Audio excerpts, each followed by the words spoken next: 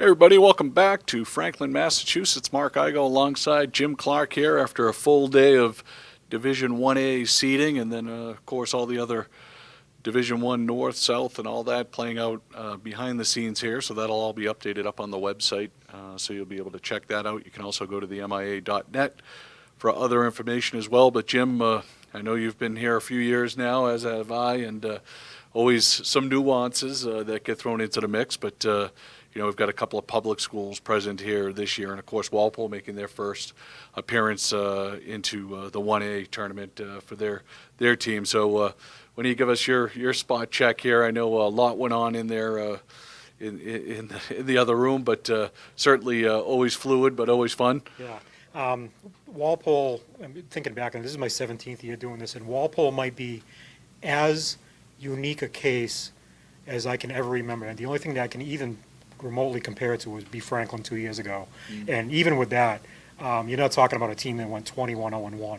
And I went back and I did the research, and I think I came up with 7 times in the 27 years of the Division 1A era, 7 times has there been a team that has gone unbeaten in the regular season, and 6 other times in which a team had at least 20 wins in the regular season. And every one of those teams got into the tournament and got in very comfortably, mm-hmm. Seeded no lower than maybe 6 or 7. So that was definitely a positive in Walpole's case. And obviously we were just discussing the strength of schedule was the one knock against them. And it's the classic conundrum for a public school, Walpole playing in the Bay State Conference is the same thing that teams like Braintree, Framingham, Needham, for several years, they went through the similar situation. There's only so much of your schedule you can control. Now, the knock that was against Walpole was there was still the 6 or so games that they could control outside of the league. But like Ron Dowd said in the meeting, it's one of those things where he didn't anticipate that James Corcoran was going to come back for his senior year, and he was going to get a couple of kids back from juniors. And those things happen, and it's a fluid situation. And if you talk to a lot of Division I public coaches, it's really difficult to put together a non-league schedule. You make the phone calls and you try to set up the dates, and it takes a long time for a team to get their schedule set the way a Hingham has it now, or the way an Arlington has it, or some of those teams that have been here for a while. So it's really tough to handle a program like Walpole. I don't want to call them a flash in the pan because you never know, where they're going to be a couple of years down the road, but is really getting their first opportunity at it. So you kind of have to give them a little bit of consideration. And at the end of the day, 21-0-1, that really should speak for itself, no matter who you're playing. That's really tough to do. And coming out of that league, I mean, you talk about teams that are building up their schedules, like the Braintrees and the Framinghams and the Needhams you mentioned, who went through the same thing. And, of course, we hear from the North Shore with Burlington and Reading and those guys out of that league where, your 16 games are set. Now you got to go find some other teams to play. And if, those other teams are the Malden Catholics or the Hinghams now, as you mentioned, where they were, where Walpole was years ago, it's hard to get those games on the schedule. So, I'm sure next year, when they go calling or whatever, the phones will be answered and maybe they'll add some out of league games. But, the Division I, we had, Paul Spear on from Framingham, and they're going to start up either against Severian or Weymouth. So, I like to talk about, the 1 North and the 1 South tournaments, because a lot of times they end up being the best tournaments out there. 1A gets so much coverage and this and that, and certainly they are premier teams, but those tournaments are so deep. When you look at the D1 North and D1 South, who are your horses there? Any dark horse that you think might come out of the pack? 1 North, 1 South. I mean, it's always so hard to say because you don't know the matchups until the playing games are done, and you find out whether you're going to get 1 team back or 2 teams back. It's really interesting because a lot of times, especially in the North, you'll wind up with a lot of Middlesex teams, a lot of dual county MVC teams kind of playing each other. Playing each other again, and so it's always tough to figure. Those teams, you get them playing a second or a third time. Is it always going to play out the way it did the first time around, or is a team going to maybe take a team lightly because they beat them the first time around? It's really hard to say. Then you might throw in, some of those other teams that, might have played a little bit of softer schedule and get a higher seed. Without looking at the bracket, I love to play the matchup game, and this may be sometimes where I paint myself into a corner because I tend to fall into the same trap that I just talked about. It's like, okay, I assume that this team beat this team 6-2 back in December. That doesn't necessarily mean they're going to do it again. So. And sometimes their experience makes a huge difference, and you've got a team like Marshfield. So, Marshfield playing in the playing game on Monday night, they could end up back in the D1 South should they lose. Of course, they may win and stay in there, but you're going to end up with a team dropping back down, whether it's a Walpole or a Marshfield or a CM or an Austin Prep. So that does turn the bracket a little bit upside down. Of course, they're reseeded by winning percentage, too. So, you get some tough matchups. Even when Paul was telling me that Framingham was going to play either Sevier or Weymouth in the first round, I'm like, wow, those are tough first-round games. Yeah. And you never know how the psychology is going to be. You take it, for example, a team like St. John's Prep. They're obviously clearly going to be disappointed. Not only that they got voted out of the tournament, but in the fashion they did.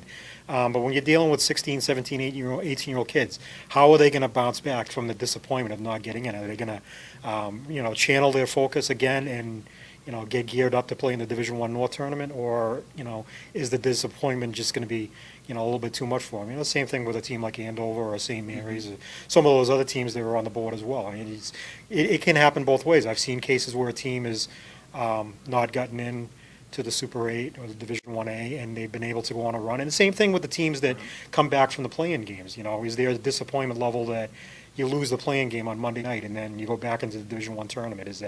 Are you ready to go back and play in Division 1? Can you get yourself refocused and get on a run to get back to the Garden? I've seen it go both ways over the years, so you really don't know. Yeah, I think of that Hingham team that was on the cusp of should they get an opportunity in the 1A, and then they didn't. And of course, they went on to win the state championship in the D1 the other year, and in Marshfield certainly coming off a great season as well last year. But but then again, Marshfield, I think the 1 year, 4 or 5 years ago, when they got bounced out for St. John Shrewsbury in the last vote, and I think they lost in the quarterfinals in D1 South. So you just don't know. That's right. That was down at Gallo. I think we had that game. But, so a lot of great hockey action coming up. Obviously, you can be found on your BostonHerald.com site and things like that. But anything, there's been talk about changing the format, and Paul Spear spoke a little bit about it earlier. Are you a proponent of just kind of going to that Eastern Mass hockey formula of everybody gets in and everybody plays each other in a double elimination type of format? It's interesting. I mean, I've had a lot of talk with coaches over the years, and obviously, they've been through 4 or 5 different format changes, and I think people were intrigued by the possibility of the way the idea or the concept of this best of 3 situation. They thought that they would build some interest with the rivalries of coming back and playing a team a second or third time. But again, you're dealing with 17, 18-year-old kids, and it's not just, we're not even just talking necessarily the players on the ice. I mean, it's from a fan perspective as well, and it's the team that wins the first game or the team that loses the first game. What's the mindset going into the second game? I think the greatest example is the very few times that we've seen it, the 3 years that they've had this format. What have been the best games? The few games that have gone to a game 3. Mm-hmm. Those are clearly the best games, and there's no question about it. And the reason is it's the same stakes for both teams. It's win or go home. Right. So I think that's why a lot of the coaches would love to see them go back to a single elimination format. Obviously, the MIA has their own reasons why they don't think that would be the best thing.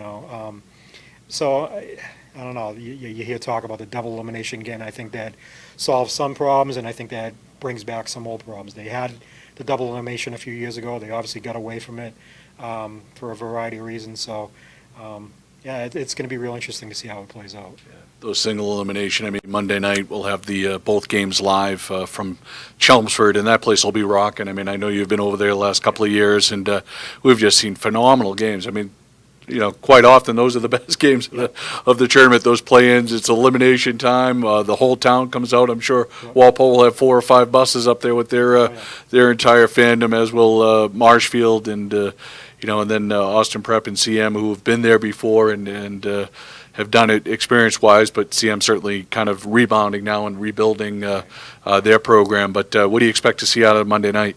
I mean, it's a perfect proving point for both Walpole and Marshfield. They've kind of both been dogged a little bit by the skeptics and everything. So now they have their chance. They can go out on the ice. They can prove whether they belong.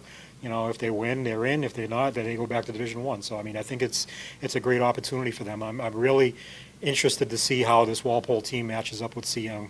And the same thing Marshfield. Marshfield, obviously, the very few opportunities they have had facing a Hingham earlier in the season and then facing Arlington the beginning of this week. They've matched up very well, even though they didn't win those games. And then you're talking about two teams that are in the top 5. So there's no question that Marshfield can play.